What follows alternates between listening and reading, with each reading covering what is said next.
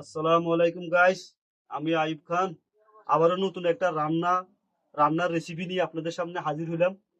আজকে রেসিপিটা হয়েছে যে রাতা মুরগটা আনছি না, এই রাতা মুরগের হাফ গোস্ত রাখি দিছি ফ্রিজে। এই হাফ গোস্ত আজকে ফাঁকামু। দেখেন কি প্রসেসিং এ ফাঁকাই। তো দেখেন এখানে প্রায় 400 গ্রামের মতো পেঁয়াজ আছে। 400 গ্রাম পেঁয়াজ। এই পেঁয়াজগুলো সবগুলো এটার মধ্যে দিয়ে দিতেছি। 400 গ্রাম পেঁয়াজ, তিনটা টমেটো কুচি, এখানে তিনটা টমেটো কুচি অন্তত 200 গ্রাম 250 গ্রাম হবে। এখানে প্রায় 20-25টা কাঁচামরিচ। আমি একটু আবার স্পাইসি পছন্দ করি, তাই স্পাইসি একটু বেশি লাগে আমার। এখানে প্রায় 15টা কাঁচামরিচ হবে। আর দেখেন গাইস, এখানে হচ্ছে হলদি পাউডার। এটা ইন্ডিয়ান একটা মশলা। আসলে আমরা পানের মশলা আমি পছন্দ করি, আমার এক বাইরেতে আনাইছিলাম। এটা ইন্ডিয়ান মশলা, মোটামুটি ভালোই, এত খারাপ না, চলে। তবে সবচেয়ে বেস্ট পানের মশলা। আপনারা পানের মশলা ইউজ করবেন, যারা নাকি বিদেশে রান্না বান্না করেন না তারা পানের মশলা ইউজ করবেন। দেখেন স্লাইড পরিমাণ হলদির গুঁড়া দিছি। এটা হচ্ছে আপনার মরিচ, এটা হচ্ছে মরিচের গুঁড়া। দেখেন এখানে হালকা পরিমাণ অ্যাড করবো, কারণ কাঁচামরিচ তো বেশি দিছি। আবার একটু গরম মশলাও দিব, বেশি দিলে আবার অতিরিক্ত জাল হয়ে যাব। দেশি এটা হচ্ছে জিরা পাউডার। দেখছেন গাইস, পরিমাণ মতো জিরা পাউডার দিব, পরিমাণ মতো জিরা পাউডার।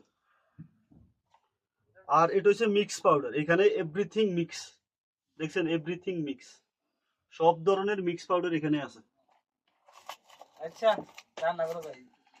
তো দেখেন এখানে পরিমাণ মতো মিক্স পাউডার দিয়ে দিতেছি, ব্যাস স্লাইড পরিমাণ, বেশি দেওয়া যাবে না।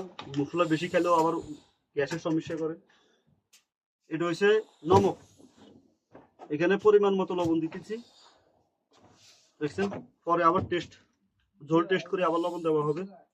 এখানে হচ্ছে অয়েল, পরিমাণ মতো অয়েল দিতেছি, বেশি অয়েল দিব না, পরিমাণ মতো অয়েল, ব্যাস। এরপরে এখানে দেখেন, এখানে তিনটা রসুন আছে, এমনকি 100 গ্রাম আদা আছে। 3টা রসুন, 100 গ্রাম আদা। দেখছেন কতগুলো রসুন আর আদা এখানে দিয়ে দিতেছি, ব্যাস। রসুন পেস্ট এমনকি আদা পেস্ট একসাথে দিয়ে দিছি। আর আমার সিক্রেট মশলা, যেটা আমি নিজে বানাইছি, দেখেন গাইস, এটা হচ্ছে আমার সিক্রেট মশলা। দেখছেন, এটা আমার নিজের হাতের তৈরি। এখানে মধ্যে সব ধরনের এলাচি, দারচিনি, লবঙ্গ, তেজপাতা সব ব্লান্ডার করে দিয়েছি আমি। এটা হচ্ছে আমার নিজের তৈরি সিক্রেট মশলা। আপনারা ইচ্ছে করলে আপনারা বানাইতে পারেন কয়েক পদের মশলা দিই। তা আসলে আমার ছোট থামিসটা কই গেল আমি পাইতেছি না। এখানে আমি পরিমাণ মতো দিয়ে দিতেছি। ওস্তাদ কই ওস্তাদ? হ্যাঁ ওস্তাদ, ফাঁক শাকের ভিডিও চলতেছে। এটা কি নোয়াখালী ভাগ নি? হ্যাঁ, এখন নোয়াইলা। এটা আমার সিক্রেট মশলা, আমার সিক্রেট মশলাটা ইউজ করলাম। হ্যাঁ, তারপর বিসমিল্লাহ হরি, এই হাতের কারশমি শুরু হয়ে গেছে। বিসমিল্লাহ ছু, বিসমিল্লাহ তাওয়াক্কালতু আলাল্লাহ, আস্তাগফিরুল্লাহ তো বলি শুরু হলো হাতের কারশমা। শব্দ লয়।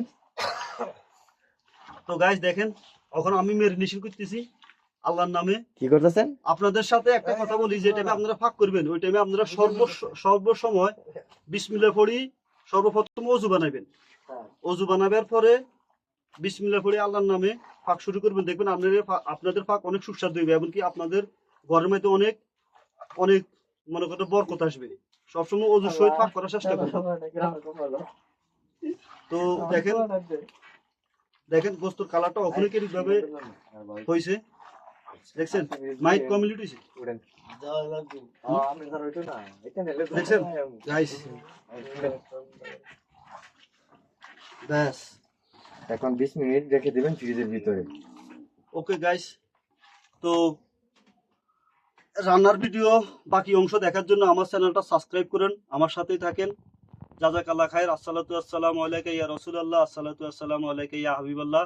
গাইস, ভিডিও বানাইতে অনেক কষ্ট হয়, একটু সাবস্ক্রাইব করেন, এমনকি কমেন্ট করেন, লাইক দেন, পাশে থাকেন, নিত্য নতুন ভিডিও পেতে উৎসাহিত করেন।